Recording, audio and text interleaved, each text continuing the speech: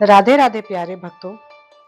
आज हम आपको सुनाएंगे वृंदावन की उस अद्भुत चमत्कार की कथा जहां सालीग्राम शिला से स्वयं श्री कृष्ण प्रकट होकर राधा रमन लाल बने। जी हाँ, हमारे प्यारे राधा रमन लाल। यह केवल एक कथा नहीं बल्कि भक्ति, प्रेम और चमत्कार का संगम है। वृंदावन, जहाँ हर कण में राधा कृष्ण की लीलाओं की स्मृति बसती है।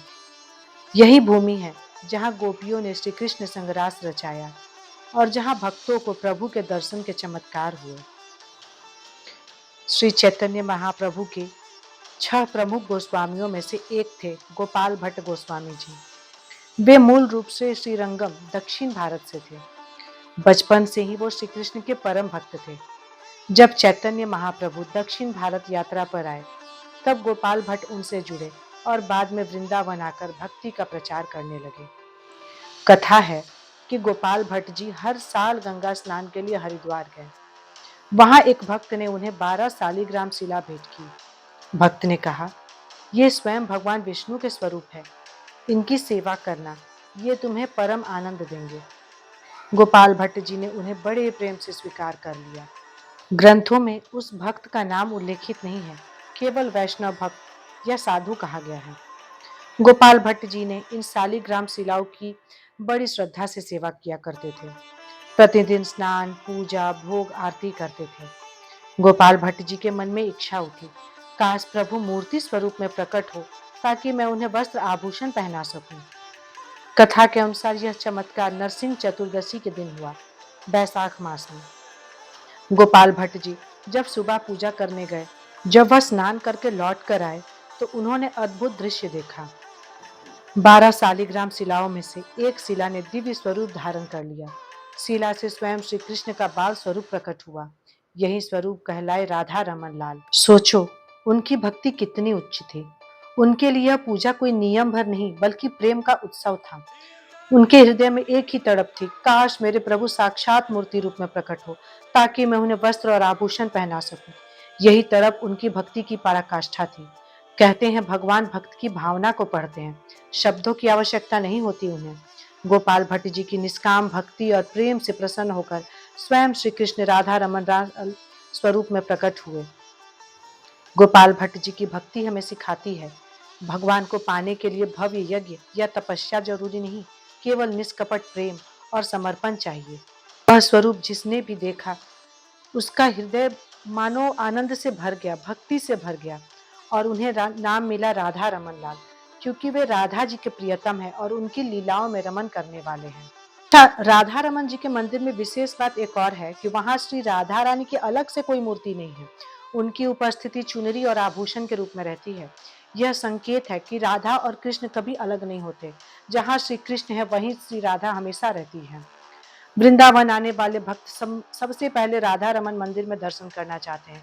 यहाँ की आरती, भोग और सजावट अद्भुत होती है। राधा रमन जी का स्वरूप बहुत छोटा है, परंतु उनके दर्शन से आत्मा को अनंत शांति मिलती है। हर साल लाखों श्रद्धालु यहाँ आते हैं और विशेषकर जन्माष्टमी, राधा अष्टमी पर तो भव्य आयोजन होते हैं।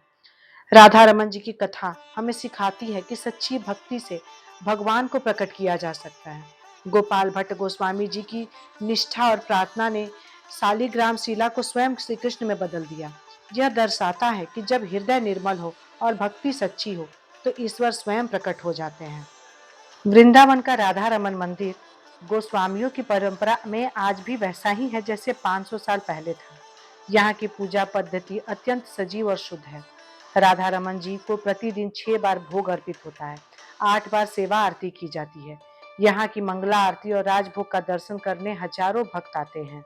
राधा रमन लाल को स्वयंभू विग्रह कहा जाता है क्योंकि इन्हें किसी ने गढ़ा या बनाया नहीं, बल्कि यह शिला स्वयं प्रकट हुई है। यह स्वरूप आज तक वैसा ही है, ना इसमें कोई कमी आई ना कोई बदलाव।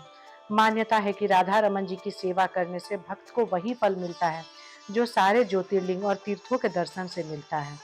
नरसिंह चतुर्दशी को राधा रमन जी का प्राकट्य उत्सव बड़े धूमधाम से मनाया जाता है। झूलन उत्सव, जन्माष्टमी पर मंदिर की भव्य सजावट मन को हर लेने वाली होती है। दोस्तों, आप जब भी वृंदावन जाइएगा ना, तो प्यारे राधा रमन लाल जी के दर्शन जरूर करिएगा।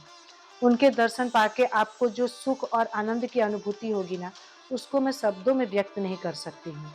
उनकी प्यारी सी मुस्कान, उनके हाथों में बांसुरी और उनके नेत्र, जो कटाक्ष नेत्र है ना, वो भक्तों को मोहित कर लेती है। कहा जाता है कि रमन लाल का जो स्वरूप है ना, एक शालिग्राम शिला का चिन्ह आज भी उनके शरीर पे दिखाई देता है। यानी भगवान ने अपने भक्त की इच्छा भी पूरी की और अपने शालिग्राम स्वरूप की पहचान भी बनाए रखी। सच में, जब भक्त की भक्ति सच्ची हो, तो भगवान पत्थर से भी प्रकट हो जाते हैं। प्रभु धन से नहीं, पद से नहीं, बल्कि सिर्फ और सिर्फ अपने भक्त के प्रेम और तड़प से आकर्षित होते हैं। गोपाल भट्ट जी की तरह अगर हमारी भक्ति भी सच्ची हो, तो भगवान हमें भी अपने दर्शन जरूर देंगे। बस आपकी पुकार में वो तड़प होनी चाहिए, वो सच्चाई होनी चाहिए, लोभ नहीं होना चाहिए। तो दोस्तों, जब भी वृंदावन जाए ना, तो श्री राधा रमन लाल के दर्शन जरूर करिएगा। सब मिलकर बोलिए अब मेरे साथ, जय श्री राधे, जय जय श्री राधा रमन लाल। दोस्तों, अगर आपको यह कथा अच्छी लगी हो, तो वीडियो को लाइक कर दीजिएगा। अपने दोस्तों और परिवार के साथ इसको शेयर जरूर करिएगा, ताकि प्रभु की भक्ति और उनके कृपा की बात हर किसी के पास तक पहुंच सके। और हाँ, चैनल को सब्सक्राइब करना ना भूलिएगा। साथ ही बेल आइकन को दबा दीजिएगा, ताकि हमारे चैनल के नोटिफिकेशन आपके पास सबसे पहले पहुंच सके। बोलो प्यारे राधा रमन लाल की जय। राधे राधे।